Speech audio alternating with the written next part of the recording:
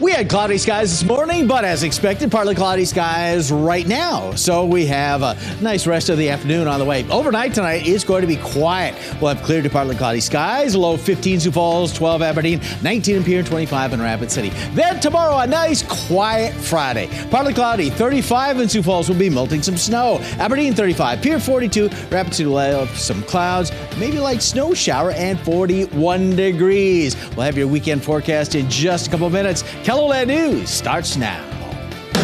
Live from KELOLAND Media Group, KELOLAND News first at 4. We hear from party leadership in Pierre as lawmakers continue to debate what to do with your taxes. Plus, the Summit League tournament starts in less than 24 hours. We look at the matchups ahead of tip-off. And later, from acting to artwork, an event this week is helping teenagers better understand their mental health and encourage them to reach out for help. Good afternoon, and thanks for tuning in to First at 4. I'm Don Jorgensen.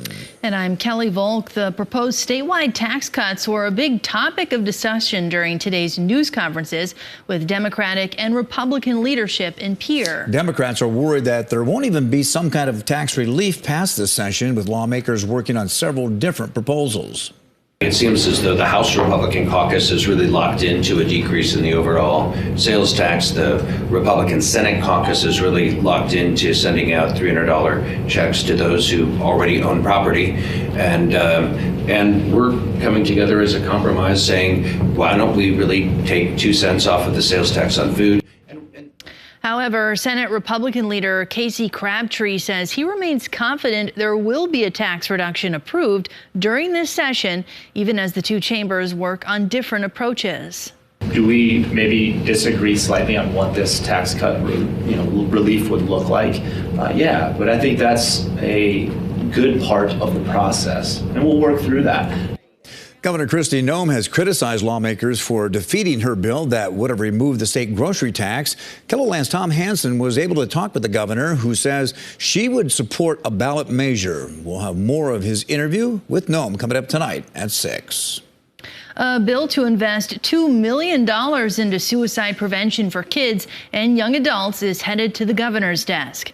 House Bill 1079 sets up the money to be used as grants for programs like community mental health services and suicide loss support. The bill has an emergency clause, so if it gets the governor's signature, the Department of Health would immediately receive the funding.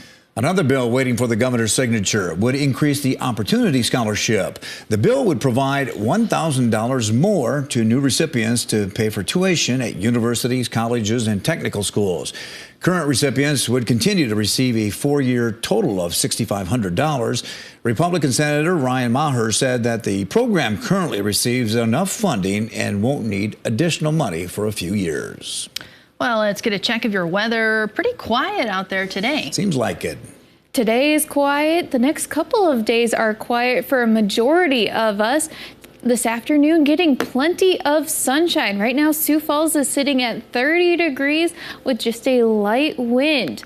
In Aberdeen, a little bit colder due to all that fresh snow. 22 this afternoon. South winds at 15 miles an hour. But there again, plenty of sunshine. In Pierre, we are warmer, 39 right now with those blue skies. In Rapid City, 42 with just a very light breeze.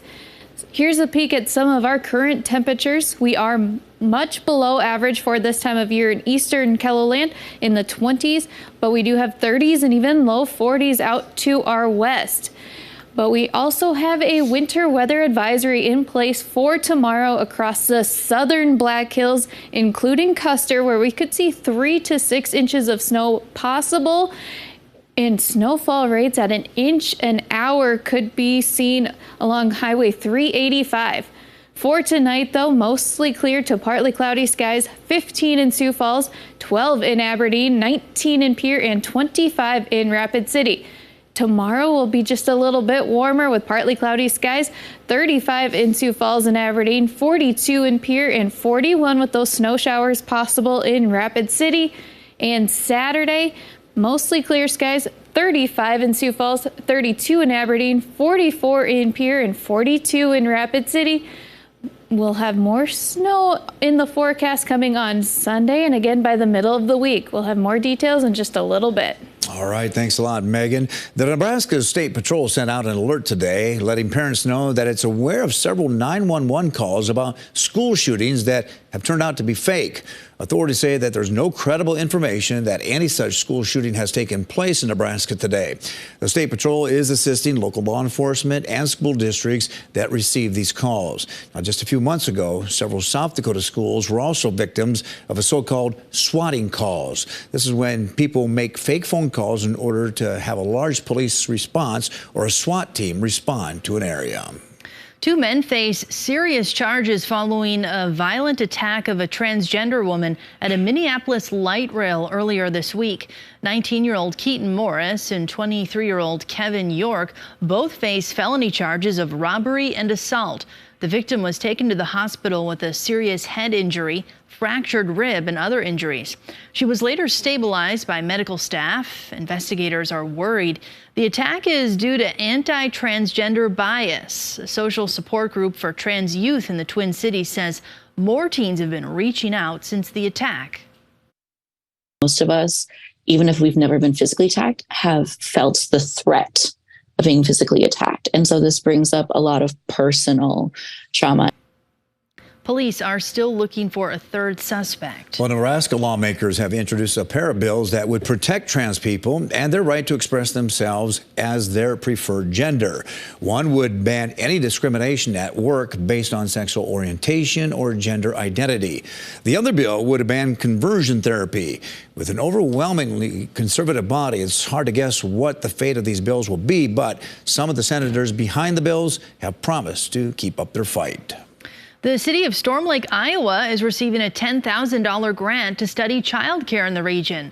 The grant program will be used to determine specific needs and solutions for local childcare. Earlier, the Storm Lake City Council agreed unanimously to put aside an additional $5,000 for the study. The city says planning the research for the grant will begin immediately.